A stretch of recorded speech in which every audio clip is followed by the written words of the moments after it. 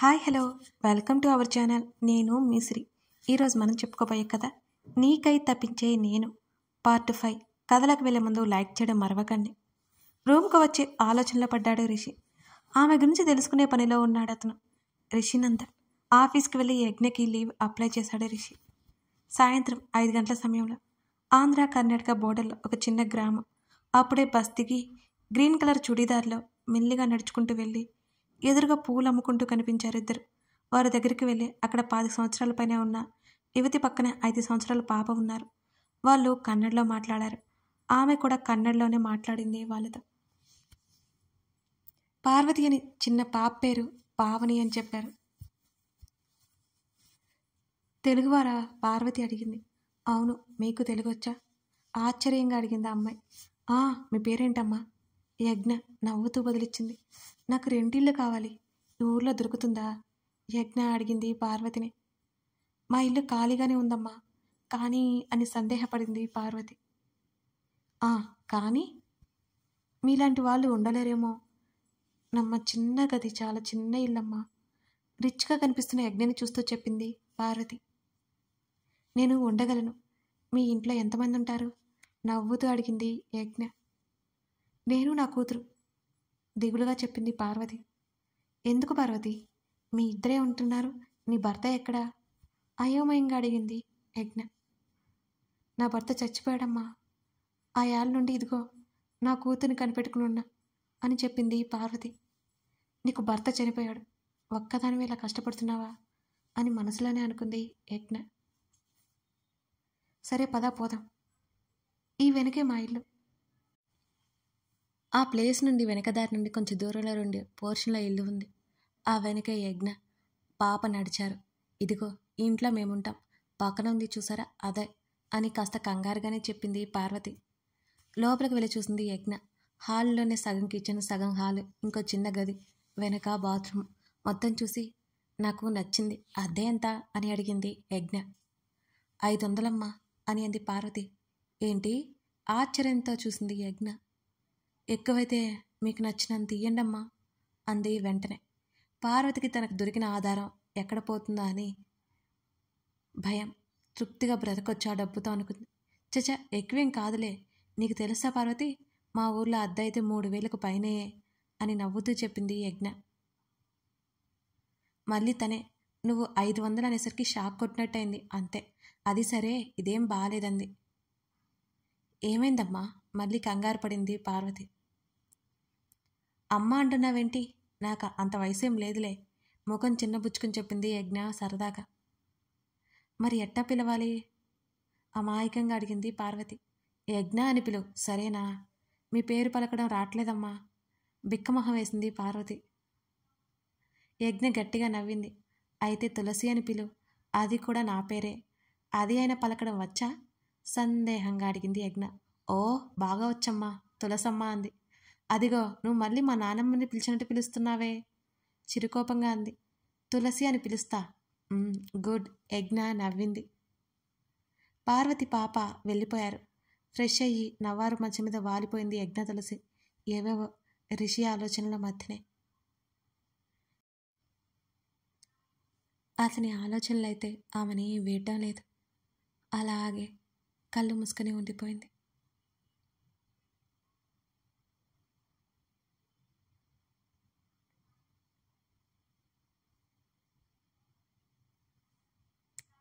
ఈ సాంగ్ వస్తుందండి, ఈ సాంగ్ మీరు పాడేసుకోండి, సరేనా?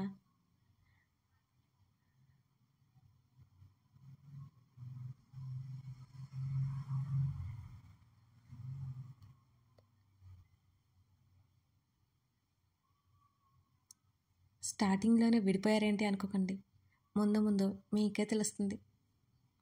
యజ్ఞ ఎక్కడుందో రిషి కనిపెట్టేశాడు. ఆమె కొంచెం టైం కావాలని ఆమెను డిస్టర్బ్ చేయలేదు, అంతే. యజ్ఞ వాళ్ళ ఇంట్లో. మావయ్య ఎలా ఉన్నారు? రామకృష్ణకి ఎదురుగా కూర్చుంటూ అడిగాడు రిషి. బాగున్నట్టు తల ఊపి, యజ్ఞ ఎక్కడుందో తెలిసిందా రిషి అని అడిగాడు రామకృష్ణ. యా మావయ్య అంటూ ఆ ఊరి పేరు చెప్పాడు రిషి. వాట్? ఆశ్చర్యంతో అడిగాడు.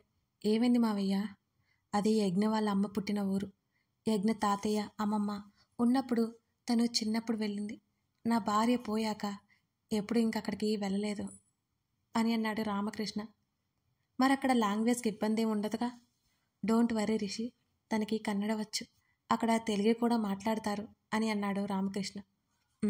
ఓకే మావయ్య, యజ్ఞని తెచ్చేసుకుందామా?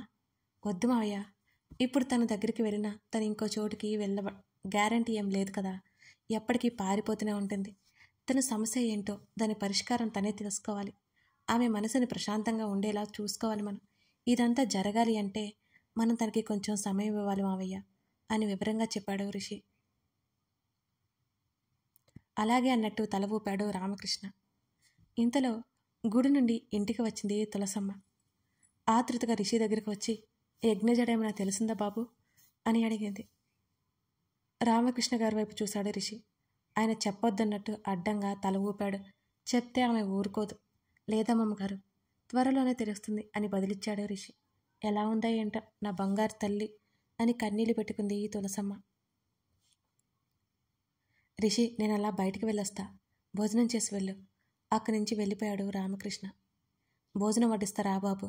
రిషిని పిలిచింది తులసమ్మ. అమ్మమ్మగారు, మీతో మాట్లాడాలి, కూర్చోండి అని అన్నాడు రిషి. అయోమయంగా చూస్తూ, దేని గురించి బాబు అని అంది. యజ్ఞ గురించి అన్నాడు రిషి. ఏం చెప్పాలి? కొంచెం కంగారుగానే అడిగింది తులసమ్మ.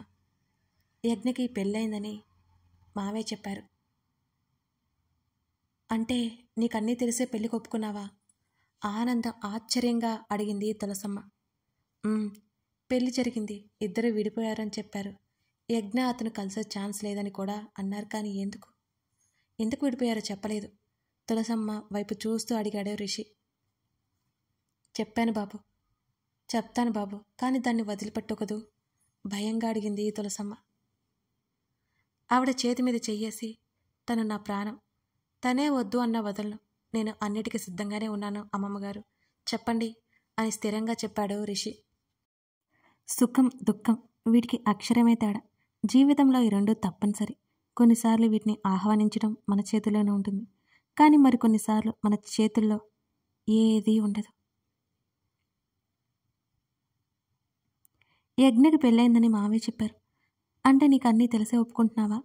ఆనందం ఆశ్చర్యం కలగలిపి అడిగింది తులసమ్మ.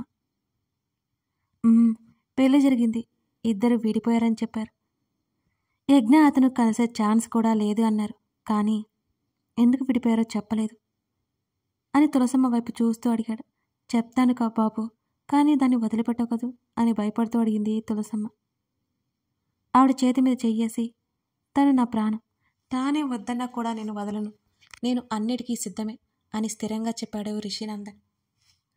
యజ్ఞ చదువైన వెంటనే నా కూతురు కొడుకివ్వమని నా కూతురు మనవడు వచ్చారు. ఆ అబ్బాయి మంచివాడు, ఆస్తిపాస్తులున్నాయి.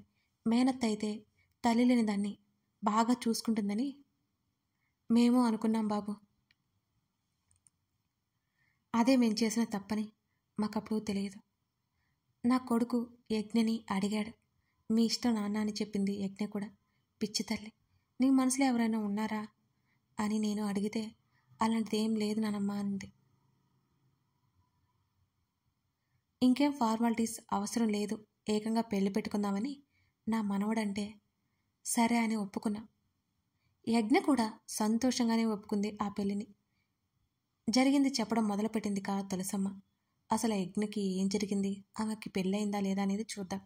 గతం. నేత్ర దక్ష్ వెడ్స్ యజ్ఞ తులసి.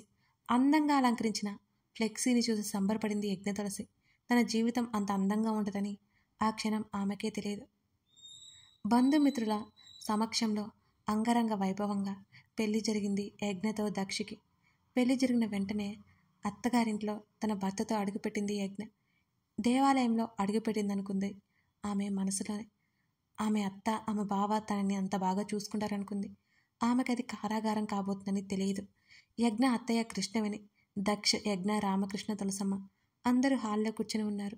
ఎదురుగా పంతులు గారు కూడా ఉన్నారు. పంచాంగంలో ఏవో లెక్కలు వేస్తున్నారు ఆయన ఆశ్చర్యంగా యజ్ఞ వైపు చూశారు. నవ్వుతూ దక్షతో ఏదో మాట్లాడుతోంది యజ్ఞ. వీరి జాతకాలు చూస్తే ఎప్పటికీ కలవని 2 రైలు పట్టాల్లో ఉన్నాయే, వీళ్ళకి పెళ్ళెలా చేశారు అని మనసులోనే అనుకున్నారు ఆయన.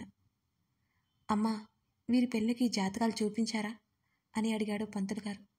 ఆ పంతులు గారు, ఏమైంది ఇప్పుడు? కంగారుగా అడిగింది తులసమ్మ.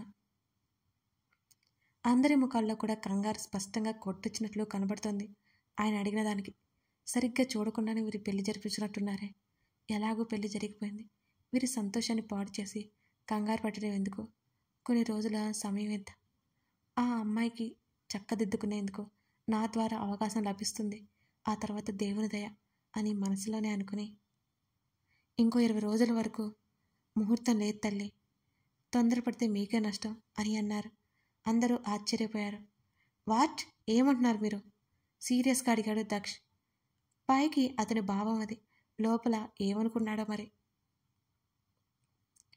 అవును బాబు, నమ్మకపోతే వేరెవరినైనా పిలిపించుకోండి. అమ్మా, వెళ్ళొస్తాను అని తులసమ్మతో చెప్పి వెళ్ళిపోయాడు ఆయన. యజ్ఞకి బాధలేదు. ఎందుకో ఆమెకి అర్థం కాలేదు మరి. 4 రోజుల తర్వాత తులసమ్మ, రామకృష్ణ ఇద్దరూ వెళ్ళిపోయారు. చిన్నప్పటి నుంచి యజ్ఞకి కృష్ణవేణి గారితో ఎక్కువ అటాచ్మెంట్ లేకపోయినా ఇప్పుడు కలిసిపోయి క్లోజ్గానే అయింది. దక్షితో నార్మల్గానే ఉండేది. అతను భర్త అనే ఫీలింగ్ ఎందుకు ఆమెకు లేదు. ఎందుకంటే అతను ఎప్పుడూ అలా లేడు కాబట్టి. మెల్లమెల్లగా అర్థం అవసాగింది యజ్ఞకి తనంటే దక్షికి ప్రేమ లేదు అని, అత్తయ్య బలవంతోనే తనని పెళ్లి చేసుకున్నాడని. లోపలే ఆమె కృంగిపోయింది ఈ విషయం అర్థమవుతుంటే. అందుకేనేమో ఇప్పటి వరకు భార్యాభర్తల బంధంలో పరిపూర్ణంగా లేము అనుకుంది యజ్ఞ. అప్పటికే 10 రోజులు గడిచాయి. దక్షి తనతో మాట్లాడతాడు కానీ ఇప్పుడు భార్యగా ఎప్పుడూ చూడలేదు. ఆమె బాగోగులు అతను పట్టించుకోలేదు. ఆఫీస్కి వెళ్ళడం, లేట్గా రావడం, కనీసం తిన్నావా అని అడగడం, ఒక కాల్ కూడా లేదు దక్షి నుంచి. వచ్చాక కాసేపు మాట్లాడి తినేసి పడుకోవడం. ఏదో తెలియని బాధలోకి నెట్టేశాయి యజ్ఞని. అది బయటికి కనిపించేది కాదు. లోపల ఏదో దిగులు. కృష్ణవేణి బంధువుల పెళ్లికి వెళ్తూ యజ్ఞని పిలిచింది. ఏంటత్తయ్య? నవ్వుతూ అడిగింది యజ్ఞ. యజ్ఞ తల నిమురుతూ, నేను బయలుదేరుతున్న తల్లి, జాగ్రత్త. దక్షిణ్ నువ్వే చూసుకో. వాడి గురించి అసలు పట్టించుకోడు వాడు. మామే లేకపోయినా ఒకరి కోసం ఒకరు అన్నట్టు ఉన్నాం. మొదటిసారి వాడికి దూరంగా వెళ్తున్నా. వీలైనంత వరకు త్వరగానే వచ్చేస్తా అని అంది కృష్ణవేణి. క్షేమంగా వెళ్ళిరండి, నేను చూసుకుంటాను బావని నవ్వుతూ చెప్పింది. తల్లి, అది మీరు ఆగిపోయింది. ఆమె చేతిని చేతుల్లోకి తీసుకుని, నాకు తెలుసత్తయ్య, మేము దూరంగానే ఉంటాం అని అంది యజ్ఞ. అలాగే తల్లి, ఎందుకు చెప్తున్నానంటే అన్నిటినీ తీసిపారేయలేము అన్నది. యజ్ఞ తల ఊపింది. కాసేపు మాట్లాడి వెళ్ళిపోయింది కృష్ణవేణి. ఆ రోజు దక్షి ఎప్పట్లాగే ఇంటికి లేట్గా వచ్చాడు. ఆ రోజు ఇంకా లేట్ అయింది. టైం 11 గంటలైంది. బావా, భోజనం చేద్దాం, ఫ్రెష్ అయ్యిరా అని నవ్వుతూ చెప్పింది యజ్ఞ. యజ్ఞ, నువ్వు ఇంకా తినలేదా? ఆశ్చర్యంగా అడిగాడు. రోజు కలిసే తింటాం కదా ముగ్గురం. ఇవాళ అత్తయ్య కూడా లేదు, నీకోసం వెయిటింగ్. నేను తినేసి వచ్చాను బయట, నువ్వు తినే అని అన్నాడు దక్ష్. కొత్తగా బయట తినడం ఏంటి? యజ్ఞ ముఖంలో నవ్వు పోయింది. కనీసం ఒక కాల్ కూడా చేయలేదనే దిగులు ఉంది ఆమెలో. ఫ్రెండ్ బలవంత పెడితే అని చిన్నగా చెప్పాడు దక్ష్. సరే అని గదిలోకి వెళ్ళిపోతుంటే యజ్ఞ, సారీ, నా వల్ల నువ్వు తినకుండా వెళ్తావా అని అడిగాడు. అక్కడే ఆగిపోయింది మౌనంగా. యజ్ఞ దగ్గరికి వచ్చి హత్తుకున్నాడు అతను. దక్ష్ ఆ స్పర్శలో ప్రేమ కనవలేదు యజ్ఞకి. కనీసం బాధ్యత కూడా లేదు. ఏదో హత్తుకున్నాడంటే హత్తుకున్నాడు. ఇబ్బందిగా విడిపించుకుంది యజ్ఞ. ప్లీజ్ యజ్ఞ, తిను, నీకు కంపెనీ ఇస్తాను నవ్వుతూ చెప్పాడు. ఎందుకు ఆమెకు అతని సాన్నిహిత్యం కావాలి అని అనిపించలేదు. విసుగ్గా ఉంది. నువ్వు రెస్ట్ తీసుకో బావా, అలసిపోయి వచ్చావు, నేను తినేస్తాలే నవ్వుతూ చెప్పింది యజ్ఞ. ఊపిరి పీల్చుకుని తన గదిలోకి వెళ్ళిపోయాడు దక్ష్. మాట వరుసకు కూడా ఉంటాను అని అనలేదు అతను. ఆమె మనసులో అనుకుంది. ఎందుకో బాగా బాధ అనిపించింది. కన్నీళ్ళు టపటపా రాలే. తినాలి అనిపించక ఆమె గదిలోకి వెళ్ళి పడుకుంది. ఎంతకీ నిద్ర పట్టలేదు ఆమెకి. పెళ్ళి అంటే ఎలా ఉంటుందా? పెళ్ళైన తర్వాత భార్యాభర్తలు ఎలా ఉంటారు? ఎంత ముచ్చటగా ఉంటారు. ఒకరి కోసం ఒకరు అన్నట్టే ఉంటారు. కానీ మేమేంటి ఇలా ఉన్నాం? నా ఫ్రెండ్స్ అందరూ ఎంత బాగా చెప్తారు వారి హస్బెండ్ గురించి. ఎంగేజ్మెంట్ అయిన దగ్గర నుంచి ఎలా ఉంటారు? దక్ష కనీసం ఫోన్ కూడా సరిగ్గా చేయడు తనకి. ఎందుకు? అతనికి ఈ పెళ్ళి ఇష్టమేనా? నా మీద ప్రేమ ఉందా లేదా? నాకెందుకు? మేము దూరంగా ఉన్నా కొంచెం కూడా బాధ కలగట్లేదు. నేను ఇష్టపడే కదా పెళ్లి చేసుకున్నాను. ఇది ఇష్టం మాత్రమేనా? ప్రేమ కాదా? అతని స్పర్శ కూడా ఎందుకంత ఇబ్బందిగా ఉంది నాకు. ఇది ప్రేమ? ప్రేమగా దగ్గరికి తీసుకుపోయేసరికి అలా అనిపిస్తుందేమో అంతే. ఇలా యజ్ఞ ఎన్నో ప్రశ్నలు. వాటికిలో ఒక్కదానికి కూడా ఆమెకి సమాధానం దొరకలేదు. ఆ రోజు కూడా నిద్ర కరువైంది ఆమెకి. కథ కొనసాగుతుంది. దక్షి మనసులో ఏముంది? యజ్ఞ ఎందుకు అతన్ని మనస్ఫూర్తిగా స్వీకరించలేకపోతుంది? దక్ష ఆమె పట్ల ఎందుకు బాధ్యతగా ఉండలేకపోతున్నాడు? కారణం ఏమై ఉంటుంది? తెలుసుకోవాలంటే ఈ కథ చూడాల్సిందే. నచ్చితే లైక్ చేసి కామెంట్ చేయడం మర్చిపోకండి. మరిన్ని వీడియోస్ కోసం మన ఛానల్ని సబ్స్క్రైబ్ చేసుకోండి. Thank you.